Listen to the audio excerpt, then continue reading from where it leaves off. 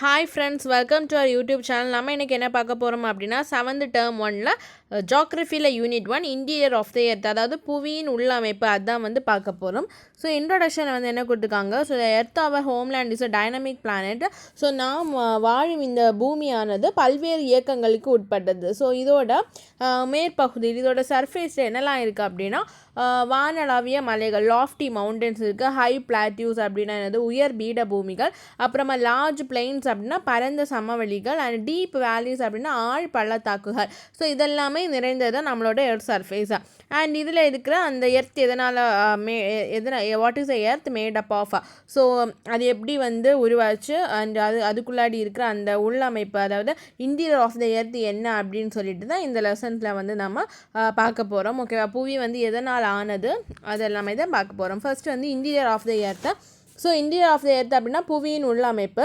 So அந்த எர்த்தோட structure வந்து ஒரு ஆப்பிள் கூட கம்பேர் பண்ணிக்கலாம் அப்படின்னு சொல்லியிருக்காங்க. அண்ட் அந்த basis of the study of earthquake waves, அதாவது அந்த புவி அதிர்வு அலைகளை வந்து அந்த ஆய்வின்படி அதோட அடிப்படையில் இந்த புவி கோளம், இந்த நம்மளோட ஸ்பெரிக்கல் எர்த் வந்து மூணு லேயர்ஸ் இருக்குது அப்படின்னு சொல்லியிருக்காங்க. ஸோ அதை யார் என்ன, the crust, the mantle and the core, அதாவது புவி மேலோடு, கவசம் மற்றும் புவி கருவம்.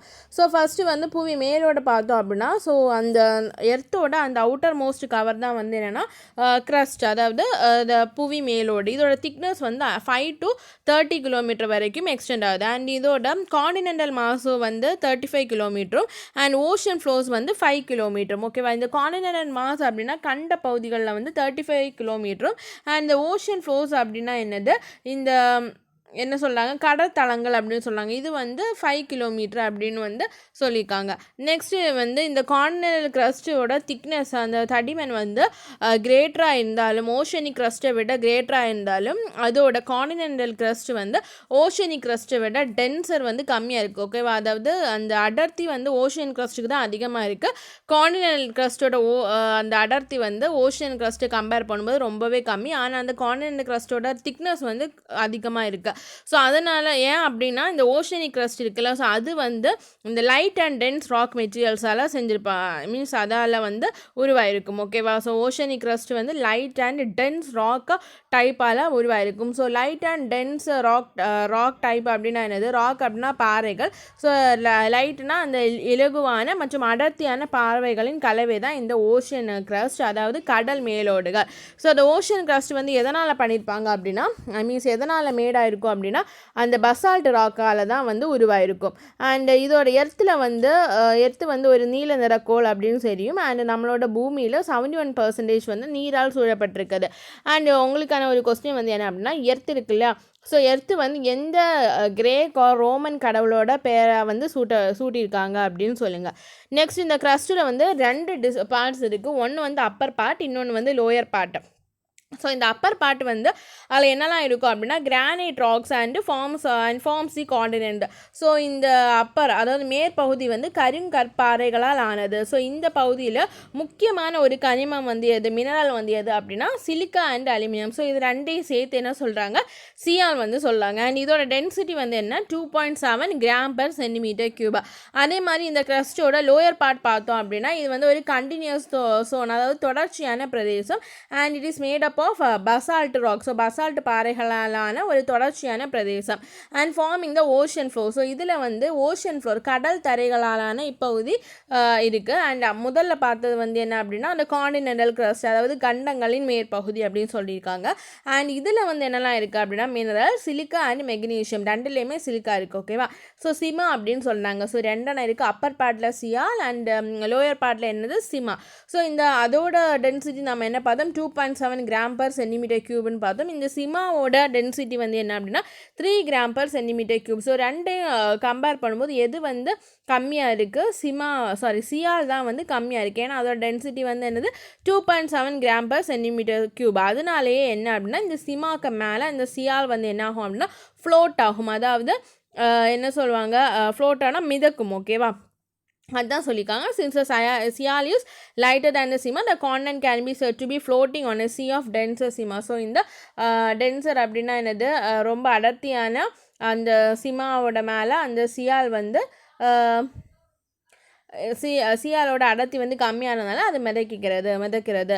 ஸோ அந்த டயக்ராமை பார்த்துக்கோங்க. நெக்ஸ்ட் வந்து மேண்டில். ஸோ மேண்டில் அப்படின்னா என்னது, கவசம். ஓகேவா. ஸோ இந்த மேண்டில் வந்து இந்த கிரஸ்ட்டுக்கு அடுத்து இருக்கிறது, புவி மேலோட்டின் கீழ் இருக்கிறத இந்த மேண்டில்.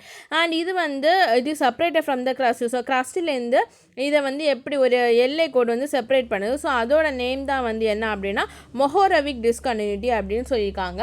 அது வந்து ஒரு எல்லை மூலம் பிரிக்கப்படுகிறது. கிரஸ்ட் அண்ட் மேண்டில் இடையில இருக்கவங்க எல்லை வந்து மொஹோரவிக் டிஸ்கன்டினியூட்டி.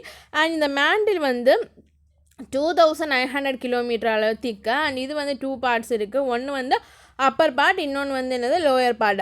ஸோ அப்பர் பார்ட்டோட டென்சிட்டி பார்த்தோம் அப்படின்னா 3.4லேருந்து 4.4 gram per centimetre cube.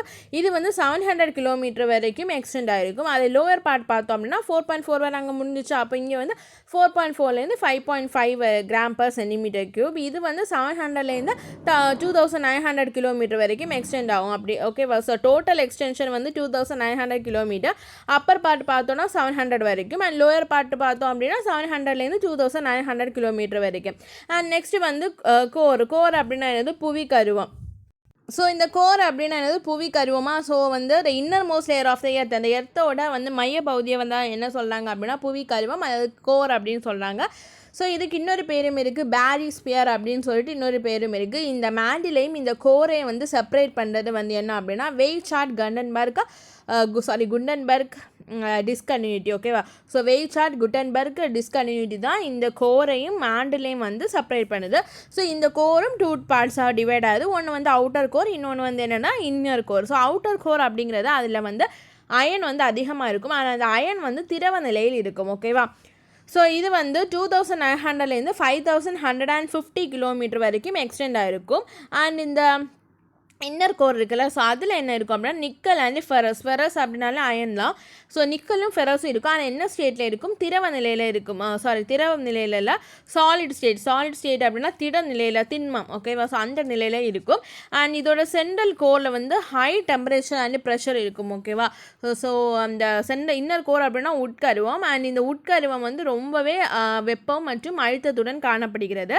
So நம்ம நிக்கல் அண்ட் ஃபெரஸ் இருக்குது, அப்போ நம்ம என்ன சொல்லலாம், நைஃப் அப்படின்னு சொல்லலாம். So it extend from 5150 to 6370 kilometre. So இது வந்து 5150லேருந்து 6370 கிலோமீட்டர் வரைக்கும் எக்ஸ்டெண்ட் ஆகிருக்கு. இதோட அடர்த்தி, இதோட டென்சிட்டி பார்த்தோம் அப்படின்னா 13 கிராம் பர் சென்டிமீட்டர் கியூப். அப்புறமா என்ன கொடுத்துருக்காங்க, the crust forms only 1% of the volume of the earth. So இந்த புவியின் கொள்ளளவில், அந்த வால்யூமில் புவி மேலோடு வந்து 1% தான் இருக்குது. அண்ட் மேண்டில் வந்து 84% இருக்குது. அண்டு கோர் இருக்குல்ல, அது வந்து 15% இருக்குது. ஸோ புவியின் ஆரம், அதாவது ரேடியஸ் வந்து என்ன அப்படின்னா 6371 கிலோமீட்டர். அப்புறமா வந்து என்ன கொடுத்துருக்காங்க, இந்த எர்த் மூமெண்ட்ஸ் வந்து கொடுத்துருக்காங்க. ஸோ எர்த் மூமெண்ட்ஸ் அப்படின்னா புவியின் நகர்வுகள் அப்படின்னு தமிழில் சொல்லுவாங்க. The lithosphere is broken into number of plates known as lithospheric plate. So இந்த பாறை இருக்குல்ல, ஸோ லித்தோஸ்பியர் அப்படின்னா பாறை கோளம் அப்படின்ட்டு தமிழை சொல்லி கொடுத்துருக்காங்க. ஸோ இதில் ஏற்படும் அந்த உடைப்பினால புவி தட்டுக்கள் வந்து உருவாகிறதா சொல்லியிருக்காங்க.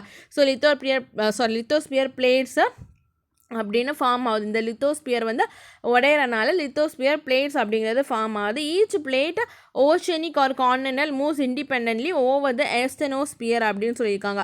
ஸோ பிளேட் அப்படின்னா நிலத்தட்டு, ஒவ்வொரு நிலத்தட்டும் கண்டத்தட்டுகள் அப்படின்னா கான்டினென்டல் கண்டத்தட்டுகளாகவோ அல்லது கடத்தட்டுகள் அப்படின்னா ஓஷன். ஓகேவா.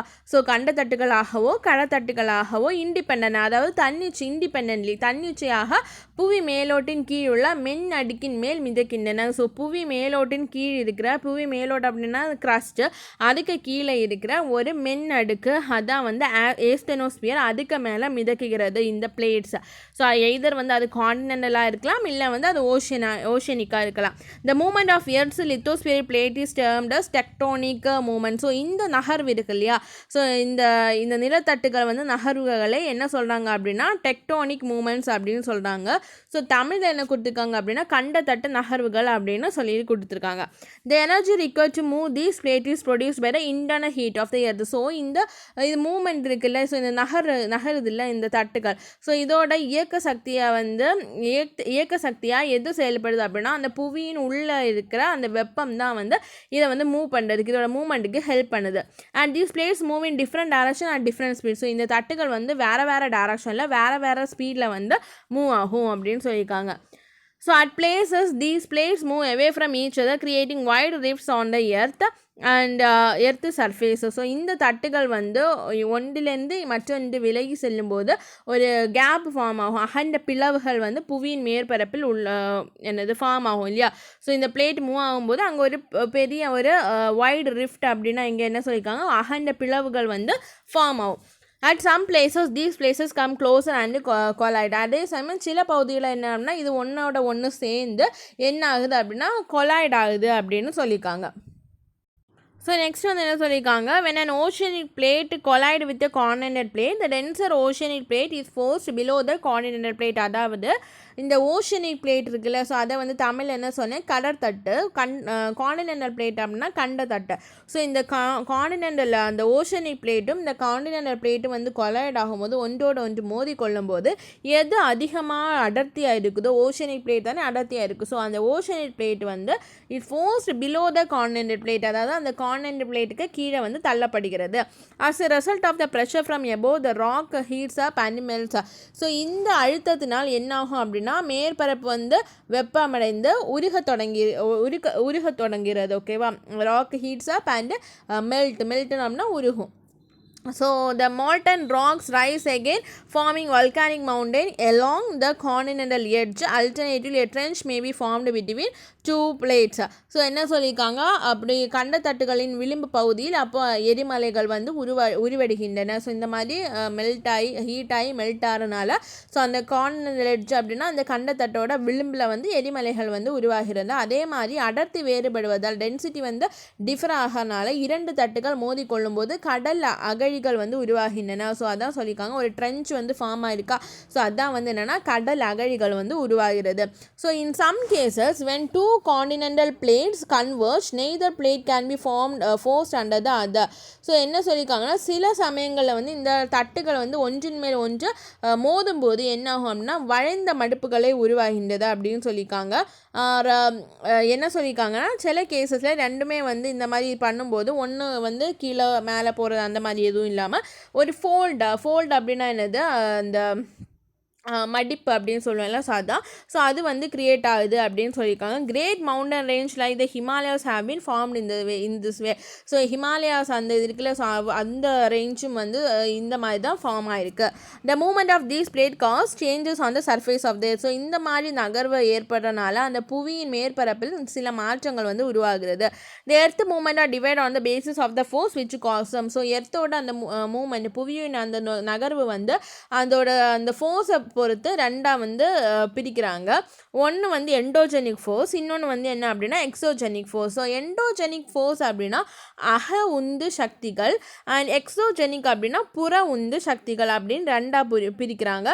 த force which act in the interior of the earth are called endogenic force. அதாவது புவியின் உள்ளிருந்து வெளிப்படும் ஆற்றல் வந்து அக உந்து சக்திகள் எண்டோஜெனிக் ஃபோர்ஸ் அப்படின்னும். And the force that work on the surface of the earth. So அந்த எர்த்தோட அந்த மேற்பரப்பில் வந்து ஆக்ட் ஆகிற அந்த சக்திகளை வந்து எக்ஸோஜெனிக் புற உந்து சக்திகள் அப்படின்ட்டு சொல்லியிருக்காங்க. So endogenic forces produce sudden moment and exogenic forces produce slow moment. So இந்த எண்டோஜெனிக் ஃபோர்ஸஸ் இருக்குல்ல, ஸோ இது வந்து ஒரு விரைவான நகர்வையும் அண்ட் எக்ஸோஜெனிக் ஃபோர்ஸ் வந்து ஒரு குறைந்த நகர்வையும் ஏற்படுத்துகின்றன. And endogenic movement produce earthquakes and volcanoes that cause mass destruction over the surface of the earth. So endogenic அப்படின்னா உள்ள அப்படி தானே உள்ள, எக்ஸோஜெனிக் அப்படின்னா என்னது வெளியே புறம். அப்போ வந்து எர்த்குவேக் வந்து காஸ் பண்ணுறது உள்ளே இருக்கிறது தானே காஸ் பண்ணுவோம். அந்த ஹீட்டு அந்த எர்த்தோட உள்ளே இருந்து ஹீட்டாகி வெளியில் வர அந்த மாதிரி தானே வரும். ஸோ அப்போ எண்டோஜெனிக் அப்படின்னா அதனால தான் எண்டோஜெனிக் மூமெண்ட்னால தான் என்ன வருது, எர்த்குவேக் வருது. அதே மாதிரி வல்கானோ வந்து எரிமலை வந்து வெடிப்பு வந்து நடக்கிறது. ஸோ இந்த ஆஸ்தெனோஸ்பியர் ஆல்ரெடி நம்ம பார்த்தோம். ஸோ இந்த asthenosphere is a part of the mantle that flows and moves the plates of the earth. So இந்த ஆஸ்தெனோஸ்பியர் ஆர் ஏஸ்தெனோஸ்பியர் வந்து புவி மேலோற்றுக்கும் கவச மேலோற்றுக்கும் இடையில் இந்த கிரஸ்ட்டுக்கும் அந்த மேண்டலுக்கும் இடையில் இருக்கிற ஒன்று தான் இந்த என்ன அப்படின்னா இந்த ஏஸ்தெனோஸ்பியர். அண்ட் இது வந்து ஒரு மென்பாறை கோளம் அப்படின்னு சொல்லியிருக்காங்க. ஓகேவா, ஏஸ்தெனோஸ்பியர் வந்து மென்பாறை கோளம் அப்படின்னு சொல்லியிருக்காங்க. ஸோ அதோட Tamil meaning.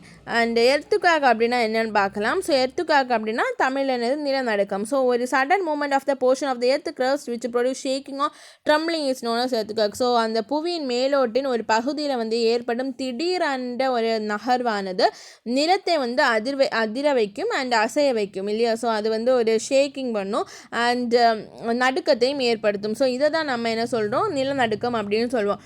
The point where this vibration originate is called focus. So இது ஆல்ரெடி நான் ஏதோ ஐ திங்க் அண்டர்ஸ்டாண்டிங் டிசாஸ்டர் அந்த லெசனில் வந்து சொல்லியிருக்கேன்னு நினைக்கிறேன். ஸோ அந்த எந்த ஒரு இடத்துல வந்து நிலநடுக்கத்தை ஏற்படுத்தினோ அதை வந்து என்ன சொல்லியிருக்காங்க அப்படின்னா நிலநடுக்க மையம் ஃபோக்கஸ் அப்படின்னு சொல்லியிருக்காங்க. And the point of the earth surface directly above the focus is known as epicentre. So அதாவது மையத்திற்கு மேல் புவியோட்டு பகுதியில் அமைந்திருக்கும் அந்த புள்ளி என்ன சொல்கிறாங்க அப்படின்னா நிலநடுக்க மேல் மைய புள்ளி அப்படின்னு வந்து சொல்கிறாங்க. From the focus the earthquake vibration travel in different direction in the form of seismic force. So இந்த ஃபோக்கஸ் இருக்குல்ல, நிலநடுக்க மையம் இருக்குல்ல, அதுலேருந்து அந்த அதிர்வுகள் வேவ்ஸ் வந்து வேறு டைரக்ஷனில் வந்து மூவ் ஆகிறதாகவும் சொல்லியிருக்காங்க. அப்புறமா என்ன சொல்லியிருக்காங்க, அந்த earthquake waves are recorded by instrument ஒன்று சீஸ்மோகிராஃப். ஸோ அந்த புவி அதிர்வு அலைகளை வந்து நம்ம பதிவு செய்யும் அந்த கருவியை வந்து என்ன சொல்கிறோம் அப்படின்னா சீஸ்மோகிராஃப். அந்த தமிழ் என்ன சொல்கிறாங்க, நில அதிர்வுமானி அப்படின்னு சொல்கிறாங்க. And magnitude of an earthquake is measured by the Richter scale. So அதோட மேக்னிடியூட் வந்து இதனோட ஆற்றல் செறிவின் அளவினை வந்து ரிக்டர் ஸ்கேல் யூஸ் பண்ணி நம்ம என்ன பண்ணுறோம் கண்டுபிடிக்கிறோம் இல்லையா. அந்த நம்பர் வந்து 0லேருந்து 9 வரைக்கும் அந்த ஸ்கேலில் இருக்கும். And causes of earthquakes.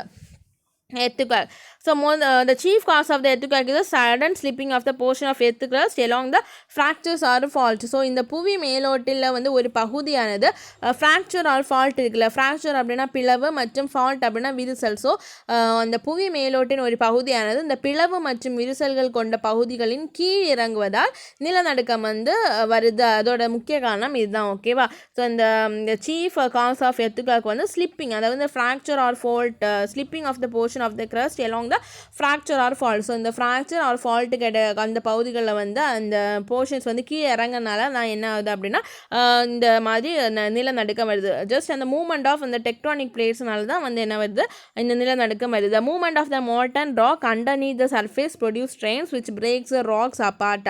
So என்ன சொல்லியிருக்காங்க அப்படின்னா இந்த மால்டன் ராக்ஸ் இருக்குல்ல, அதாவது இந்த இலகிய கற்குழம்பு வந்து புவியோட்டின் கீழே திடீரென வேகமாக நகரும்போது மேற்பகுதியில் ஏற்படும் அழுத்தம் பாறைகளை உடைய செய்கிறது. ஸோ இது வந்து மூமெண்ட் திடீர்னு வந்து அந்த மால்டன் ராக் வந்து சர்ஃபேஸ்க்கு கீழே வந்து போகும்போது மேலே இருக்க ராக்ஸ் எல்லாமே வந்து அந்த ப்ரெஷர்னால அது வந்து உடையுது அப்படின்னு சொல்லியிருக்காங்க. The sudden shifting of land mass cause upheaval in the crust of the earth sending vibration of waves into the surrounding portion of the earth அப்படின்னு சொல்லியிருக்காங்க. ஸோ அதாவது இந்த புவி அதிர்வு இருக்குல்ல, ஸோ அந்த எர்த்குவேக், ஸோ அதனால் வந்து புவி மேற்பரப்பில் அலைகளை பரவ செய்கிறது. ஸோ அதனால் என்ன வேவ்ஸ் வந்து போகும்.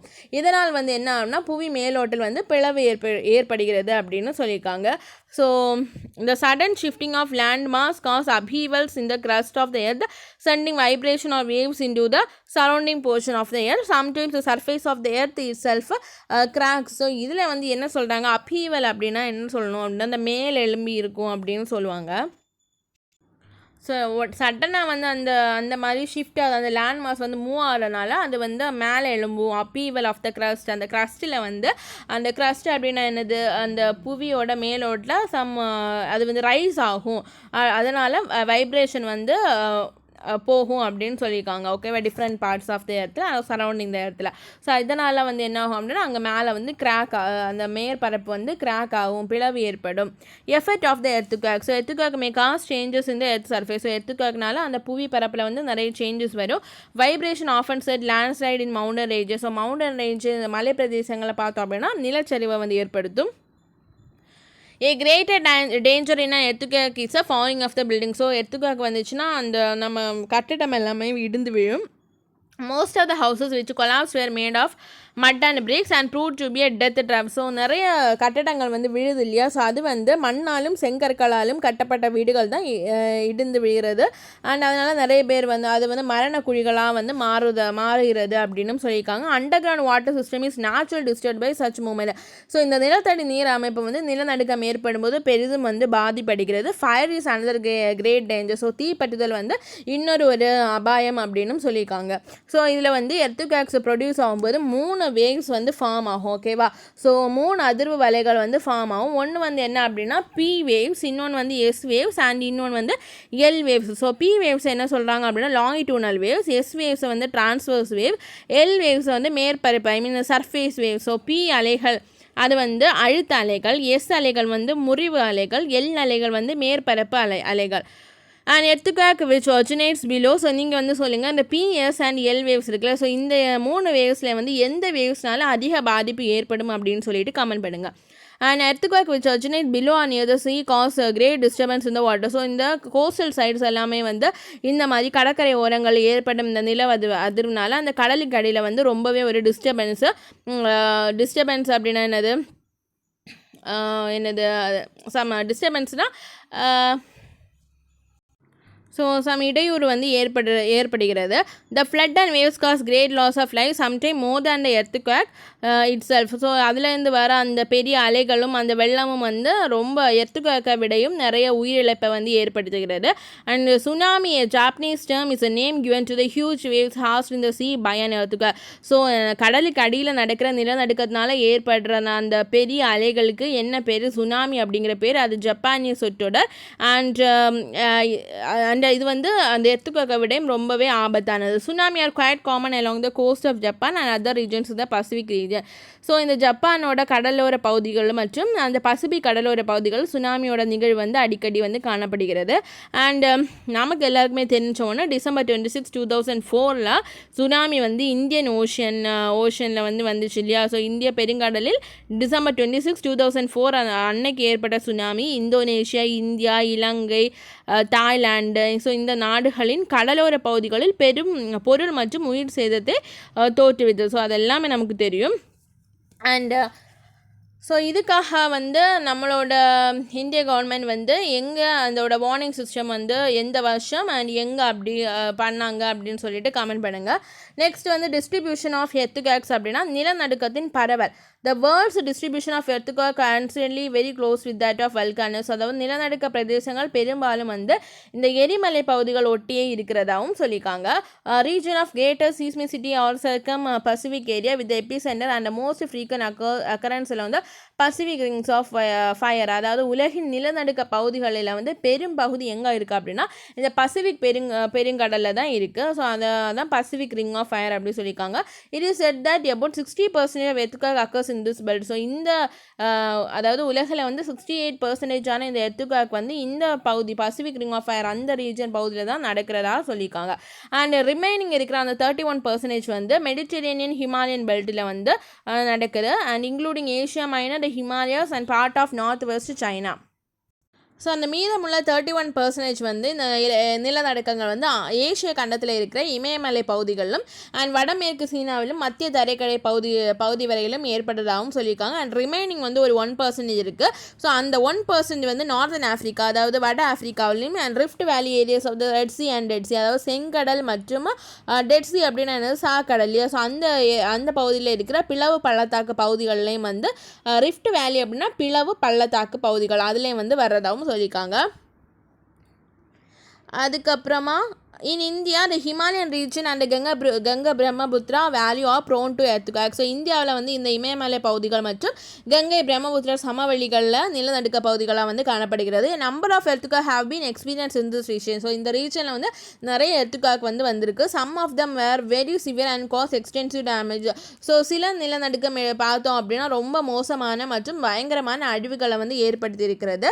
அண்ட் எக்ஸாம்பிள் வந்து சொல்லியிருக்காங்க the earthquake of உத்தர்காஷி in 1991 and வந்து சமோலி இன் 1999 ஓகேவா. ஸோ 1991 உத்தரகாசிலையும் 1999 சமோலி அப்படிங்கிற இடத்துலையும் வந்து ஏற்பட்ட நிலத்தடுக்கு வந்து இதுக்கு ஒரு example. The Deccan plateau which was supposed to be comparatively free from the danger of the earthquake has experienced two severe earthquakes in the past, the Koyna earthquake in 1967 and the Latour earthquake in 1993. So இந்த என்ன சொல்லியிருக்காங்க, Deccan plateau இருக்கு இல்லையா. So இந்த டெக்கான் பிளாட்டியூவில் வந்து Deccan plateau வந்து ரொம்ப அந்த அவ்வளோவா எர்த்குவேக்ஸ் வராது. ஆனால் வந்து இந்த டெக்கான் பிளாட்டியூ அப்படின்னா தக்கான பீடபூமி அப்படின்னு சொல்லுவாங்க. ஸோ அங்கே வந்து அவ்வளோவா வராது. ஆனாலும் 2 மிக மோசமான நிலநடுக்கம் வந்து ஏற்பட்டிருக்கு. ஸோ அது எதெல்லாம் அப்படின்னா 1967 கொய்னா எர்த்குவேக், ஸோ அது மகாராஷ்டிராவில் இருக்குது. அண்ட் இன்னொன்று வந்து என்ன அப்படின்னா லாத்தூர் எர்த்குவேக், அது 1993. ஸோ நெக்ஸ்ட்டு வந்து வல்கானோஸ் அப்படின்னா எரிமலைகள். And volcano is a vent or an opening in the earth crust through which hot magma erupts from deep below the surface. So இந்த புவியோட மேற்பரப்பில் உள்ள பிளவு அல்லது ஒரு துளை வழியாக வந்து வெப்பம் மிகுந்த அந்த மேக்மா அப்படிங்கிறது என்ன அப்படின்னா ஒரு பாறை குழம்பு அப்படின்னு சொல்கிறாங்க. ஸோ அது வெளியேறுவது தான் வந்து என்ன சொல்கிறோம் அப்படின்னா எரிமலை அப்படின்னு சொல்கிறோம். அண்ட் ஓப்பனிங் வந்து சர்க்குலராக இருக்கும், யூஸ்வலாக வந்து சர்க்குலராக இருக்கும். Volcanic eruption may also takes place through a long crack or fissure through which steam and other materials flow out. So என்ன சொல்லியிருக்காங்க அப்படின்னா இந்த வல்கானிக் எரப்ஷன் இருக்கு இல்லையா. ஸோ இந்த நீளமான பிளவு மூலமாகவும் அதாவது கிராக் இருக்குல்ல, லாங் கிராக் அப்படின்னா நீளமான பிளவு ஆர் ஃபிஷர், ஸோ அந்த கிராக் மாதிரி, ஸோ அது வழியாகவும் என்ன வரும் அப்படின்னா இந்த பாறை குழம்பு வந்து வெளியேறதுக்கான வாய்ப்புகள் இருக்கிறது. இந்த மோல்டன் ராக் மெட்டீரியல் வித் இந்த earth together with gases is called magma. So இந்த மேக்மா தான் வெளியில் வருது இல்லையா. ஸோ அந்த எர்த்துக்குள்ளாடி இருக்கிற அந்த கேஸஸ் இருக்குல்ல, அதுவும் அந்த பாறை குழம்பும் சேர்ந்து தான் வந்து மால்டன் ராக், ஸோ ரெண்டுமே சேர்ந்து தான் என்ன சொல்கிறாங்க மேக்மா அப்படின்னு சொல்கிறாங்க. After it rises to the surface, அது வெளியே வந்ததுக்கப்புறம் அது என்ன சொல்கிறாங்க அப்படின்னா லாவா அப்படின்னும் சொல்கிறாங்க. ஓகேவா. ஸோ நெக்ஸ்ட்டு வந்து என்ன சொல்லியிருக்காங்க, in course of time lava and other material flow out of volcano accumulate around the opening and form conical hill or a mountain vent is an opening or mouth of a volcano. So என்ன சொல்லியிருக்காங்க, இந்த lava and other materials அந்த வல்கானை விட்டு வெளியே வர அந்த lava and other materials வந்து அந்த கிரவுண்டில் அந்த வல்கானை சுற்றி வந்து அக்குமுலேட் ஆகி ஒரு கோனிக்கல் ஹில் மாதிரி ஒன்று ஃபார்ம் ஆகிருக்கு, இல்லைனா ஒரு மவுண்டன் வெண்ட் அதாவது எரிமலை வாய் அப்படின்னு சொல்லிட்டு ஃபார்ம் ஆகிருக்கு. ஸோ அதுதான் அது வந்து என்ன சொல்லியிருக்காங்கன்னா opening or mouth of volcano அப்படின்னு சொல்லியிருக்காங்க. அந்த ஓப்பனிங் அப்படின்னா ஓப்பனிங் ஆர் மவுத், அந்த எரிமலை வெளியில் வர்றதுக்கான ஒரு ஸ்பேஸ் தான் அது. ஓகேவா. the top of this cone is usually marked by a funnel shaped depression which is called a crater அப்படின்னு சொல்கிறாங்க. ஸோ இந்த மாதிரி வெளியே வந்து அந்த மேக்மா வந்து அந்த எரிமலைக்கு பக்கத்துலேயே வந்து ஒரு கோன் ஹில் மாதிரி, அதாவது என்னது கூம்பு வடிவ குஞ்சு மாதிரி ஃபார்ம் ஆகிருக்கா. ஸோ அதோட அந்த மவுத் போர்ஷன் இருக்கு இல்லையா, ஸோ அந்த வாய் பகுதி இல்லைன்னா உச்சி பகுதியை வந்து என்ன சொல்கிறாங்க அப்படின்னா கிராட்டர் அப்படின்னு சொல்கிறாங்க. ஸோ கிராட்டர் அப்படின்னா என்னென்னா எரிமலை பள்ளம். If the crater of a volcano is of great size and is shaped like a basin it is called caldera அப்படின்னு சொல்லியிருக்காங்க. ஸோ எரிமலை பள்ளம் இருக்கா. ஸோ இதை வந்து என்ன சொல்கிறாங்க அப்படின்னா இந்த கிராட்டர் இருக்குல்ல, ஸோ கிராட்டர் அப்படின்னா அந்த எரிமலை பள்ளம் இருக்குல்ல, அது வந்து ரொம்ப அந்த இது வந்து ரொம்ப பெருசாக இருந்துச்சு அப்படின்னா அது வந்து ஒரு பள்ளத்தாக்கு மாதிரி இருந்துச்சு அப்படின்னா அதை வந்து கேல்ட்ரியா அப்படின்னு சொல்கிறாங்க. அதாவது பெரிய எரிமலை வாய் அப்படின்னு சொல்கிறாங்க. Caldera are caused by violent explosion which blows away and top of great cones. So caldera வந்து எப்படி வருது அப்படின்னா அந்த ரொம்ப வைலண்டாக அந்த இது வந்து வெளியே வரனால வரதான் வந்து caldera. And causes of volcanic activity. So இந்த காசஸ் ஆஃப் வல்கானிக் ஆக்டிவிட்டி அப்படின்னா எரிமலை வெடிப்பிற்கான காரணங்கள் பார்த்தோம் அப்படின்னா அந்த temperature increases at the depth increases at rate of 1 degree Celsius for every 32 meters. So இந்த புவியின் உள் ஆழம் வந்து அதிகரிக்க வெப்பமானது வந்து 1 degree Celsiusக்கு வந்து 32 மீட்டர் அளவுக்கு வந்து உயர்ந்து கொண்டே செல்கிறது அப்படின்னு சொல்லியிருக்காங்க. ஸோ டெம்பரேச்சர் வந்து நம்ம கீழே போக என்ன ஆகும், டெப்த் ஆழம் கூட அந்த டெம்பரேச்சர் இன்க்ரீஸ் ஆகி அண்ட் 1 degree Celsiusக்கு எவ்வளோ இப்போது 32 மீட்டர் போகிறோம் அப்படின்னா அந்த என்ன சொல்கிறாங்க அந்த என்னது இந்த temperature increases as the depth increases இல்லையா. ஸோ அந்த ஆழம் வந்து அதிகரிக்க நம்மளோட அந்த வெப்பம் வந்து அதிகரிக்கும் அண்ட் ஒவ்வொரு 32 மீட்டர் போகிறதுக்கு 1 degree Celsius வந்து அதிகரிக்கும் அப்படின்னு சொல்லியிருக்காங்க. ஸோ அங்கே வந்து ரொம்ப அழுத்தமும் இருக்கும். At a depth of about 15 kilometers the pressure is about 5 tons per centimeter square of rock. So அதாவது 15 கிலோமீட்டர் ஆழத்தில் வந்து அழுத்தம் வந்து எவ்வளோ இருக்கும் அப்படின்னா 5 tons centimetre per centimeter square of rock அப்படின்னு சொல்லியிருக்காங்க. So under these circumstances the interior of the earth is in semi molten state called magma. So இந்த நிலையில் வந்து புவியினுள் உள்ள பாறையானது வந்து குழம்பாக மாறுகிறது அப்படின்னு சொல்லிடுறோம். அண்ட் இதை வந்து என்ன சொல்கிறாங்க அப்படின்னா மேக்மா அப்படின்னு சொல்கிறாங்க. the magma under great pressure has a capacity to dissolve great volume of gas. Some gases are also combustible. So இந்த மேக்மா இருக்குல்ல, ஸோ இந்த மேக்மா வந்து அங்கே வந்து ரொம்ப ப்ரெஷர்னால் மிகுதியான வந்து அந்த அழுத்த நிலையில் வந்து இந்த மேக்மா வந்து எளிதில் பற்றக்கூடிய வாயுக்களை ஈர்த்துக்கொள்ளும் திறன் கொண்டதாக சொல்லியிருக்காங்க. கம்பஸ்டிபிள் அப்படின்னா எளிதில் வந்து பற்றி கொள்ளும். ஸோ அந்த வாயுக்களை வந்து இந்த மேக்மா வந்து இழுத்துக்கொள்ளும் அந்த தன்மையும் உடையது. This make volcanic material burst forth through the weak spots இந்த எர்த் கிரஸ்ட். ஸோ இதன் காரணமாக இந்த புவி மேலோட்டில் வந்து பலவீனமான அந்த பகுதிகளில் மேக்மா வந்து பாறை குழம்பு வெடித்து வெளியேறுகிறது அப்படின்னு சொல்லியிருக்காங்க. ஸோ மோஸ்ட்லி வந்து ப்ரெஷர்னால. The scientific study of volcano are known as volcanology. அதாவது எரிமலைகளை பற்றிய அறிவியல் பூர்வமான ஆய்வுகளை நம்ம என்ன சொல்வோம் அப்படின்னா எரிமலை ஆய்வியல் volcanology அப்படின்னு சொல்லுவோம். People who study volcanoes are called volcanologists. அதாவது ஆய்வு மேற்கொள்ளும் அந்த வல்லுநர்களை என்ன சொல்கிறாங்க அப்படின்னா எரிமலை ஆய்வியலாளர்கள் அப்படின்னு சொல்கிறாங்க. அப்புறமா என்ன nature of volcanic eruption. So sometimes magma rises slowly to the surface and spread over a vast area. சில டைம் வந்து இந்த மேக்மா வந்து கொஞ்சம் ஸ்லோவாக வந்து வெளியேறி அது வந்து கொஞ்சம் ஏரியாவில் வந்து பரவி போகும். இதோட நேம் வந்து ஃபிஷர் எரப்ஷன் அப்படின்னு வந்து சொல்கிறாங்க. ஸோ இதை வந்து பிளவு வெடிப்பு வகை எரிமலை அப்படின்னு தமிழில் சொல்கிறாங்க. Some plateaus and plain have been formed in this way. இந்த மாதிரி வெளியே வரனால பிளாட்யூஸ் பீடபூமிகள் மற்றும் அந்த இது வந்து ஃபார்ம் ஆகிருக்கிறதா சொல்லியிருக்காங்க. ஸோ இந்த மாதிரி ஃபார்ம் ஆன அந்த பிளாட்யூ பீடபூமி இல்லைன்னா சமவெளிக்கு எக்ஸாம்பிள் வந்து என்ன சொல்லியிருக்காங்க அப்படின்னா Deccan plateau in India. So இந்தியாவில் இருக்கிற அந்த டெக்கான் பிளாட்யூ இருக்குல்ல தக்கான பீடபூமி and also Columbian plateau in North America. So North அமெரிக்காவில் இருக்க கொலம்பியா பீடபூமியை வந்து எக்ஸாம்பிளாக சொல்லியிருக்காங்க. If the magma rises quickly to the surface lava is thrown high into the atmosphere. So இந்த மேக்மா வந்து திடீர்னு வேகமாக வெளியேறினா அது வந்து அந்த அட்மாஸ்பியர் இருக்குல்ல வளிமண்டலத்தை நோக்கி தூக்கி எறியப்படுகிறது அந்த லாவா. ஸோ அந்த சமயத்தில் வந்து என்ன ஆகும் அப்படின்னா besides lava, ash, steam, gases and pieces of rock also thrown out. So இந்த லாவா தவிர சாம்பல் நீராவி மற்றும் வாயுகளோடு கற்களும் வந்து தூக்கி எறியப்படுகின்றன. திஸ் டைப் ஆஃப் எரப்ஷன் என்ன சொல்கிறாங்க அப்படின்னா எக்ஸ்ப்ளோசிவ் எரப்ஷன் அப்படின்னு சொல்கிறாங்க. அதாவது என்னது எக்ஸ்ப்ளோசிவ் எரப்ஷன் அப்படின்னு வந்து சொல்கிறாங்க. ஓகேவா, இதை வந்து தமிழில் வந்து எரிமலை வெடிப்பு வெளியேற்றம் அப்படின்னு சொல்கிறாங்க. The terrible explosion on 27th August 1883 in the island of Karagota, Indonesia is an example for explosive type of eruption. இந்த மாதிரி என்னது எக்ஸ்ப்ளோசிவ் டைப் ஆஃப் எரப்ஷன் என்ன சொல்கிறாங்க எரிமலை வெடிப்பு வெளியேற்றம் அப்படின்னு சொல்கிறாங்களா. ஸோ இது வந்து 27th August 1883 வந்து கரகோட்டா அப்படிங்கிற ஒரு தீவில் வந்து அது இந்தோனேஷியாவில் இருக்கான். ஸோ அங்கே வந்து ஏற்பட்டிருக்கு அப்படின்னு சொல்லியிருக்காங்க. The viscosity of lava is determined by the amount of silica and water in magma.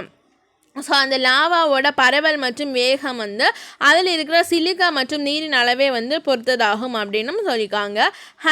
Highly viscosity lava is rich in silica and has little water. So வந்து என்னது சிலிக்கா வந்து அதிகமுள்ள அந்த லாவா இருக்குல்ல, ஸோ அதில் வந்து என்ன இருக்கும் அப்படின்னா high viscosity lava is rich in silica and little water. So silica வந்து அதிகமாகவும் வாட்டர் வந்து கம்மியாக இருந்துச்சுன்னா அங்கே வந்து அந்த லாவா வந்து அதோட விஸ்கசிட்டி வந்து அதிகமாக இருக்கும். அந்த விஸ்கசிட்டினா அதை ஃப்ளோ எகெயின்ஸ்ட் வாட்டர் அப்படின்னு சொல்லுவாங்க. Low viscosity lava has little silica. So கம்மியான வந்து ஐ மீன் குறைவான அந்த சிலிக்கா உள்ள அந்த லாவா வந்து வேகமாக பரவும் அப்படின்னு சொல்லியிருக்காங்க. ஏன் அப்படின்னா அதில் வந்து வாட்டர் அதிகமாக இருக்குது, அப்போ அது வந்து ரொம்ப வேகமாக பரவும். அண்ட் அதிகமான சிலிக்கா இருந்துச்சுன்னா அது வந்து பரவல் வந்து கம்மியாக இருக்கும். And Barren Island is situated in the Andaman sea and lies about 138 kilometre north east of the territory capital. அதாவது பேரன் ஐலாண்ட் வந்து அந்தமான் தலைநகர்லேருந்து 138 கிலோமீட்டர் வடகிழக்கே அமைந்துள்ளது. and it is only the active volcano along the chain from Sumatra to Myanmar. So சுமத்ராவிலேருந்து Myanmar வரைக்கும் உள்ள அந்த நெருப்பு வளையத்தில் அந்த ரிங் ஃபயர் இருக்குல்ல, ஸோ அதில் வந்து ஒரே ஒரு செயல்படும் எரிமலை எது அப்படின்னா பேரன் ஐலாண்ட் மட்டும்தான். லாஸ்ட்டாக வந்து இது எப்போ வெடிச்சுது அப்படின்னா 2017 வந்து வெடிச்சுது. நெக்ஸ்ட் வந்து டைப்ஸ் ஆஃப் வல்கானோஸ், எரிமலைகளின் வகைகள் வந்து சொல்லியிருக்காங்க. ஃபர்ஸ்ட்டு வந்து என்ன அப்படின்னா ஆக்டிவ் வெல்கானோ, அப்புறம் செகண்ட் டார்மெண்ட், அப்புறமா எக்ஸ்ட்ரீம். ஸோ ஆக்டிவ் வெல்கானோ அப்படின்னா செயல்படும் எரிமலை, டார்மெண்ட் அப்படின்னா உறங்கும் எரிமலை, அண்ட் தேர்ட் எக்ஸ்ட்ரீம் அப்படின்னா செயலிழந்த எரிமலை.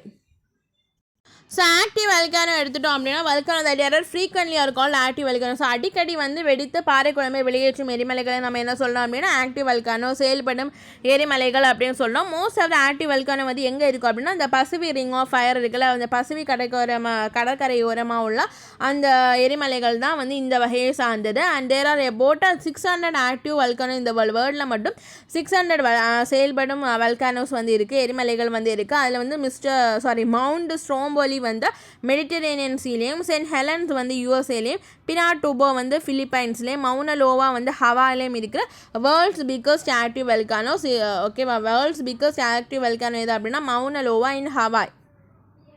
ஸோ மவுனா லோவா இன் ஹவாய் தான் வந்து என்னென்னா உலகிலேயே வந்து அது பிக்கஸ்ட் ஆக்டிவ் வெல்கானோ. அண்ட் ஸ்ட்ரோம்போலியை வந்து என்ன சொல்லுவாங்க அப்படின்னா lighthouse of the Mediterranean sea அப்படின்னு சொல்லுவாங்க. ஸோ ஸ்ட்ரோம்போலி வந்து அந்த எரிமலையை வந்து மத்திய தரைக்கடலின் கலங்கரை வழக்கம் அப்படின்னு சொல்கிறாங்க. ஸ்ட்ரோம்போலி எங்கே இருக்குது, மெடிட்டரேனியன் சீல இருக்குது, ஸோ அதை மறந்துடாருங்க. அப்புறமா டார்மெண்ட் வெல்கானோ அப்படின்னா உறங்கும் எரிமலை. So these volcano have no sign of activity for many years but they become active at any time. So எந்த நேரம் வேணாலும் அது ஆக்டிவ் ஆகலாம், ஆனால் வந்து ரொம்ப வருஷமாக வந்து என்ன அப்படின்னா அது அந்த எரிமலை குழம்பை வந்து வெளியேற்றுவதற்கான எந்த ஒரு அறிகுறியும் இல்லாமல் அது வந்து அப்படியே வந்து உறங்கிட்டே இருக்கும். ஆனால் அந்த உறங்குற வல்கானோ வந்து எப்போ வேணாலும் வந்து ஆக்டிவாக ஆகலாம். இதை வந்து ஸ்லீப்பிங் வல்கானோஸ் அப்படின்னு சொல்கிறாங்க.